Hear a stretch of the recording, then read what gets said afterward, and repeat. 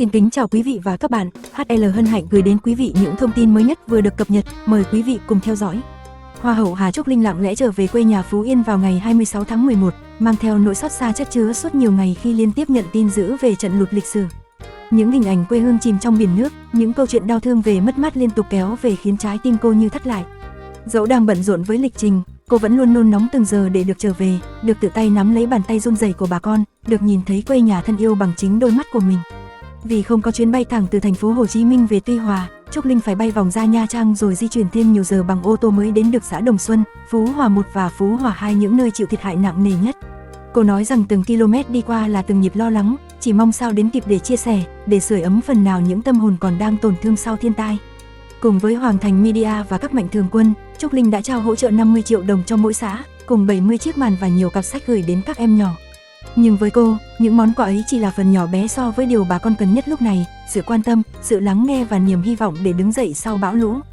Khi đặt chân vào xã Đồng Xuân, Trúc Linh đứng lặng người trước cảnh tượng tan hoang.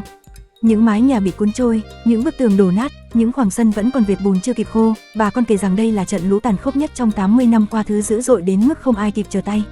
Có người không kịp cứu người thân, có người thoát chết trong chớp mắt. Trúc Linh rưng rưng khi nghe những câu chuyện ấy. Cô nói, trong ánh mắt của người dân vẫn còn nguyên nỗi sợ, sự ám ảnh và sự hoảng loạn sau những ngày chống chọi với dòng nước hung hiểm.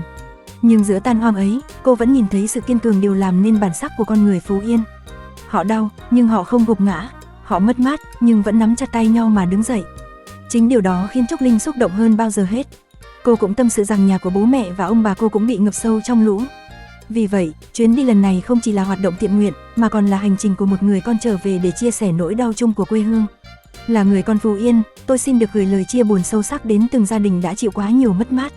Chỉ mong bà con sớm ổn định cuộc sống, và hy vọng sẽ có thêm nhiều tấm lòng nhân ái cùng chung tay để người dân Phú Yên nói riêng và tất cả những vùng đang oằn mình vì thiên tai sớm vượt qua giai đoạn khó khăn chồng chất này. Cô nghẹn ngào. Dù đi nhiều nơi, Trúc Linh vẫn luôn hướng về quê hương. Cô mong sẽ tiếp tục trở lại, mang theo thêm nhiều sự giúp đỡ, đặc biệt là cho trẻ nhỏ những mầm xanh đang cần được nâng đỡ để tiếp tục đến trường sau cơn bão lớn của cuộc đời. Đàm Vĩnh Hưng chưa bao giờ giấu được niềm hạnh phúc mỗi khi nhắc đến Polo Huỳnh, cậu con trai mà anh gọi là tình yêu lớn nhất cuộc đời. Từ khi Polo xuất hiện, thế giới của nam ca sĩ như bước sang một trang mới. Những ưu tiên, những tính toán từng gắn chặt với sự nghiệp dày đặc lịch diễn, nay dần nhường chỗ cho mong muốn duy nhất, được ở gần con, được thấy con lớn lên mỗi ngày. Anh thẳng thắn chia sẻ rằng mình sẵn sàng dẹp sạch các show diễn ở nước ngoài, thậm chí chấp nhận hủy show dù biết điều đó sẽ ảnh hưởng đến thu nhập. Nhưng với anh, không gì quý giá hơn khoảnh khắc được ở bên cạnh con trai. Những buổi biểu diễn trong nước nếu có thể đưa con đi cùng, anh luôn tranh thủ đưa đi. Còn những show có thể về trong ngày, anh lập tức thu xếp để sớm quay về với Polo. Chỉ cần xa con vài giờ là tôi đã thấy nhớ, thấy trống trải, anh tâm sự. Chính những năm tháng tuổi thơ thiếu vắng sự gần gũi của ba mẹ khiến Hưng càng trân trọng và quyết tâm bù đắp cho con. Từ khi làm cha, anh học cách sống chậm lại, bớt nóng nảy, cẩn trọng hơn trong lời nói và hành động. Anh chăm tập luyện, ăn uống điều độ để có sức khỏe đồng hành với con thật lâu dài. Ngay cả cách chi tiêu vốn thoải mái từ trước nay cũng thay đổi.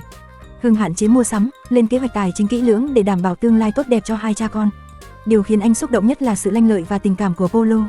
Có lần lỡ miệng nói một câu không hay, anh liền bị con nghiêm mặt nhắc, ba, không được nói bậy. Khoảnh khắc ấy khiến anh vừa bật cười vừa tự thấy mình phải sống mẫu mực hơn, vì mọi hành động của mình chính là bài học sống động nhất dành cho con. Để con có cuộc sống thuận tiện hơn, Đàm Vĩnh Hưng chấp nhận bán căn biệt thự gắn bó nhiều năm để chuyển đến nơi gần trường của Polo. Việc di chuyển 45 phút mỗi ngày khiến con phải dậy sớm, và chỉ vì muốn con được ngủ thêm 30 phút buổi sáng, anh sẵn sàng rời tổ ấm quen thuộc. Dù quá trình chuyển nhà tốn nhiều công sức, anh vẫn thấy biết ơn vì luôn có người thân bên cạnh hỗ trợ. Với Đàm Vĩnh Hưng, mọi biến động trong cuộc đời giờ đây đều trở nên nhẹ nhàng hơn, vì anh biết mình sống cho ai. Polo chính là động lực, là điểm tựa, là lý do để anh cố gắng mỗi ngày. Mọi quyết định của tôi bây giờ đều vì con, anh xúc động chia sẻ. Và với anh, hạnh phúc lớn nhất của một người cha chính là được nhìn con lớn lên trong bình yên và yêu thương trọn vẹn.